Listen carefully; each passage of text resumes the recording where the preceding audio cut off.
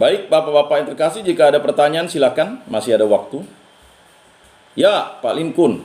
Nah, ini pasti dia langsung bertanya nih. Pertanyaannya singkat, Pak. Jangan berbelit-belit. Kalau berbelit-belit nanti praktek keagamaan kita tidak benar. Nah, gurau saja. Silakan Pak Linkun.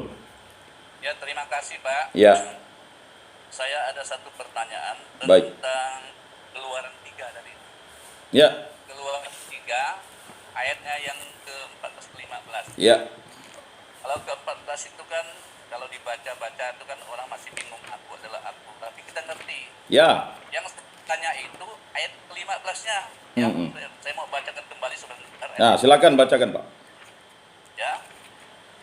Keluaran 3 ayat 15. Selanjutnya berfirmanlah Allah kepada Musa, beginilah kau katakan kepada orang Israel, Tuhan Allah nenek moyangmu, Allah Abraham, Allah Ishak dan Allah Yakub, telah mengutus aku kepadamu. Itulah namaku untuk selama-lamanya, dan itulah sebutanku turun-temurun.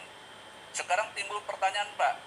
Menurut pengalaman Bapak ya, saya kan hanya tanya nih, menurut pengalaman Bapak, yang dimaksud di dalam Keluaran 3 ayat 15 ini, Tuhan memperkenalkan namanya kepada Musa, supaya kalau ada orang Israel tanya, siapa sih ngutus kamu?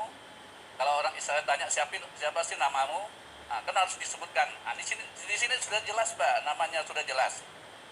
Pertanyaan saya, apakah nama Tuhan, kalau menurut Bapak nama Tuhan, yang Tuhan katakan kepada Musa waktu itu, menurut Bapak, siapa nama Tuhan yang dikatakan oleh Musa? Ya. Yang Bapak ini sampai sekarang itu pertanyaan pertama saya. Nanti kita berlanjut. Itu aja Pak pertama. Ini pertanyaannya yang memang harus dijawab ya. Baik, dalam Keluaran bab 3 ayat 15 selanjutnya berfirmanlah Allah kepada Musa, beginilah kau katakan kepada orang Israel, Tuhan Allah nenek moyangmu, Allah Abraham, Allah Ishak dan Allah Yakub telah mengutus aku kepadamu, itulah namaku untuk selama-lamanya, dan itulah sebutanku turun-temurun.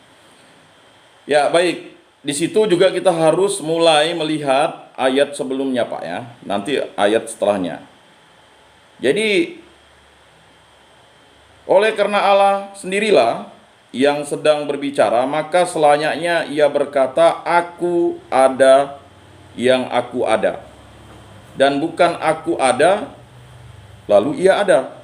Ungkapan Ibrani tersebut secara harafiah dapat diterjemahkan sebagai aku ada siapa yang aku ada.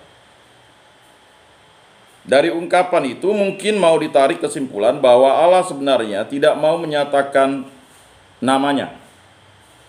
Tetapi justru sebaliknya yang dimaksudkan Allah menyebut di sini namanya sendiri.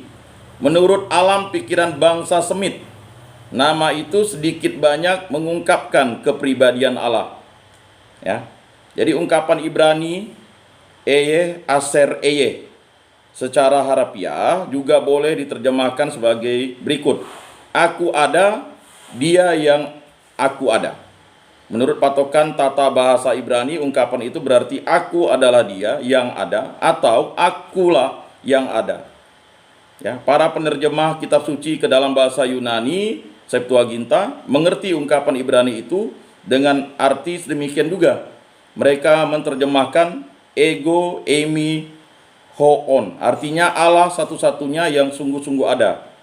Ini sama artinya dengan Allah adalah transenden dan tetap suatu rahasia bagi manusia. Artinya pula Allah berkarya dalam sejarah umatnya dan dalam sejarah seluruh umat manusia. Sejarah itu dipimpin olehnya menuju suatu tujuan.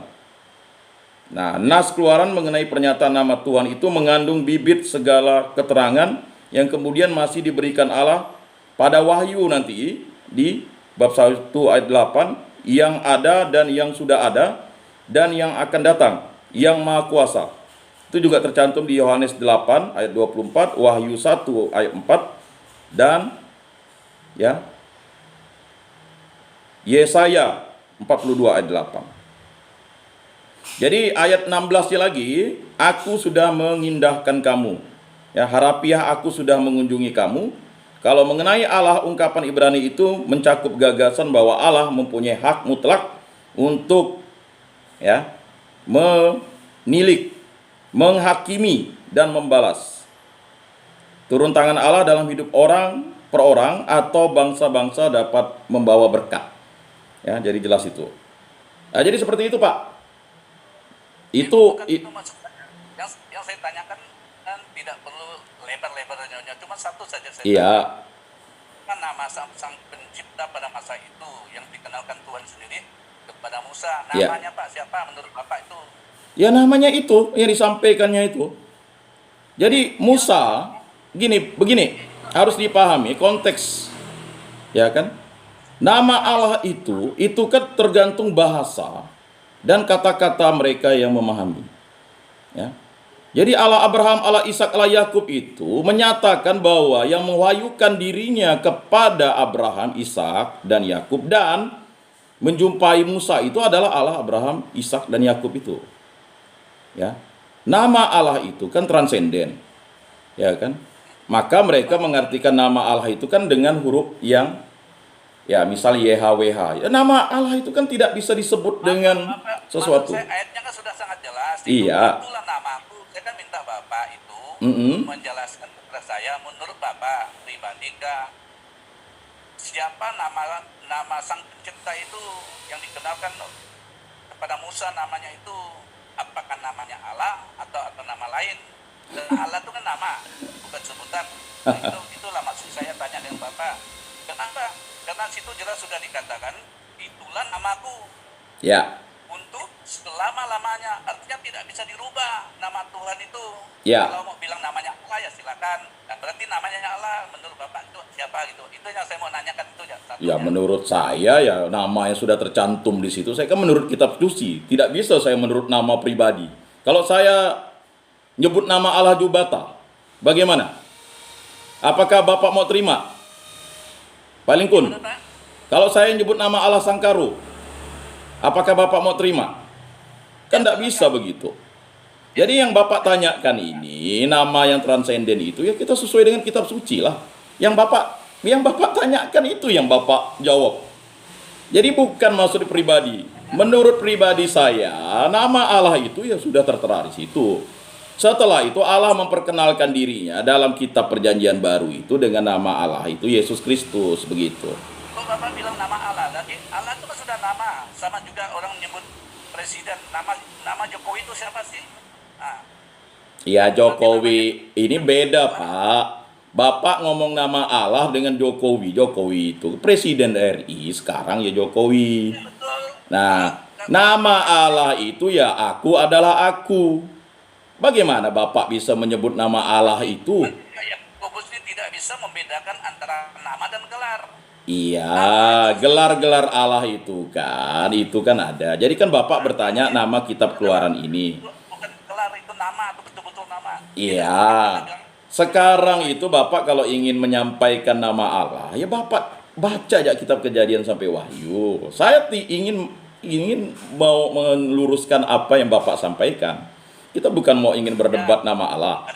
Jadi seperti itu ayat 16. Menurut pribadi saya, ya saya berdasarkan kitab suci saja. Kan Bapak kemarin minggu lalu bilang, kalau kita mau mengikuti seluruh isi kitab suci, itulah ajaran Kristiani yang sejati. Sekarang kita harus berdasarkan kitab suci. Itu saja sebenarnya. Jadi kita tidak bisa menyebut nama Allah itu. Makanya harus ada konteksnya gitu Pak. Nah jadi seperti itu dulu lah. Jadi kalau kita ingin, misalnya Bapak bertanya siapa Yesus Kristus menurut perjanjian baru, kita bisa jelaskan secara konteksnya. Kalau Bapak mau bertanya nama Allah, ya itulah yang dijelaskan. Ya kan? Dia tidak bernama, tetapi dia mewahyukan dirinya kepada manusia. Makanya Allah itu, dia ya kan, menyampaikan dirinya bahwa dialah sang pencipta itu, sang transenden itu gitu. Nah, itu yang bisa saya berikan. Silakan. Jadi menurut Bapak, jadi bahwa Tuhan memberitahukan namanya kepada Musa bahwa namanya adalah Allah itu Pak ya, sesuai dengan Alkitab itu Pak ya. Iya, saya bukan menurut saya Pak, menurut kitab suci lah kita. Kalau menurut saya bisa sesat. Begini Pak, kalau Bapak menjelaskan nama Allah berdasarkan versi Bapak, Bapak sudah mulai menciptakan yang namanya teologi, filsafat sendiri. Tidak bisa begitu. Kita harus berdasarkan kitab suci. Kalau Bapak tidak berdasarkan kitab suci, ya Bapak bukan. Masa Bapak menjelaskan nama Allah berdasarkan karangan Aristoteles? Sekarang kita menjelaskan, ini kan Musa menjelaskan nama Allah itu berdasarkan apa yang dia dapatkan dari ayat Allah, wahyu dari Allah, kan begitu. Terima kasih Pak. Nah. Oke, terima kasih pertanyaan saya. Sudah. Baik. Jadi demikian Pak. Ya silakan. Ada lagi yang mau bertanya? Cukup?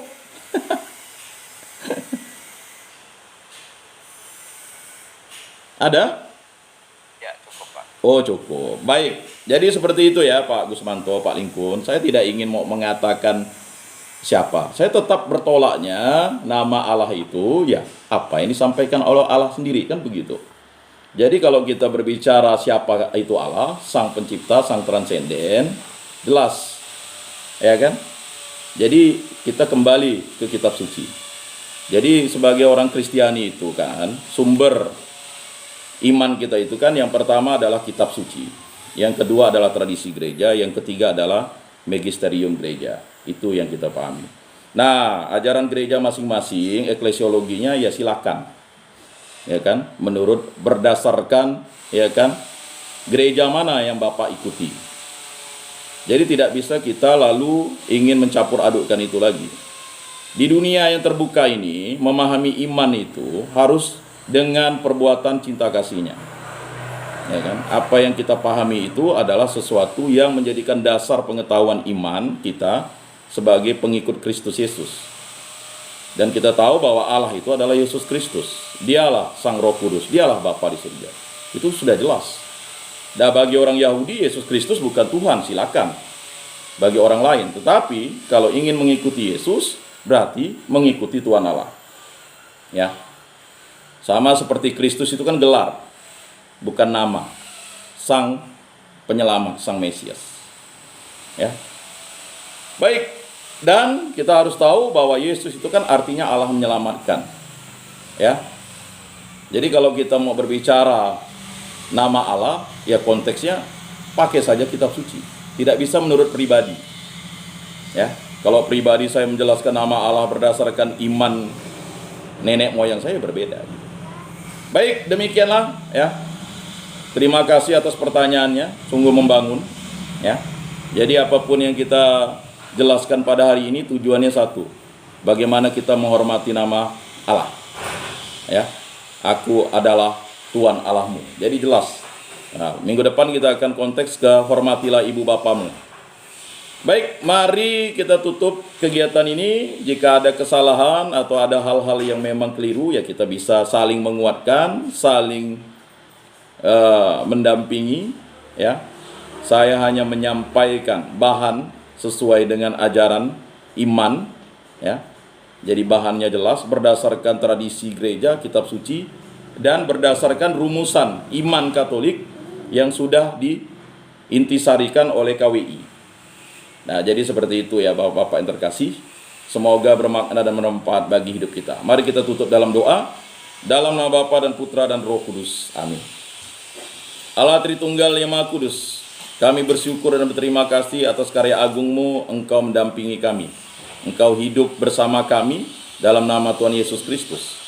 Engkau selalu membimbing, melindungi, dan menyertai kami. Berkatilah kami selalu dengan Roh Kudus-Mu, agar kami selalu hidup seturut kasih-Mu. Dan yang paling utama, kami selalu mewartakan cinta kasih dimanapun kami berada. Dan pewartaan iman kami semuanya demi kemuliaan nama-Mu, kehendak-Mu yang terjadi atas diri kami, sehingga diri kami menjadi pribadi yang penuh kasih. Berkatilah keluarga kami, berkatilah sanak saudara kami, berkatilah kawan-kawan kami, berkatilah semua kami, dan terutama kami yang berada di tempat ini. Semoga kami yang berada di tempat ini selalu yakin dan percaya bahwa Tuhanlah Juru Selamat kami, yaitu Yesus Kristus.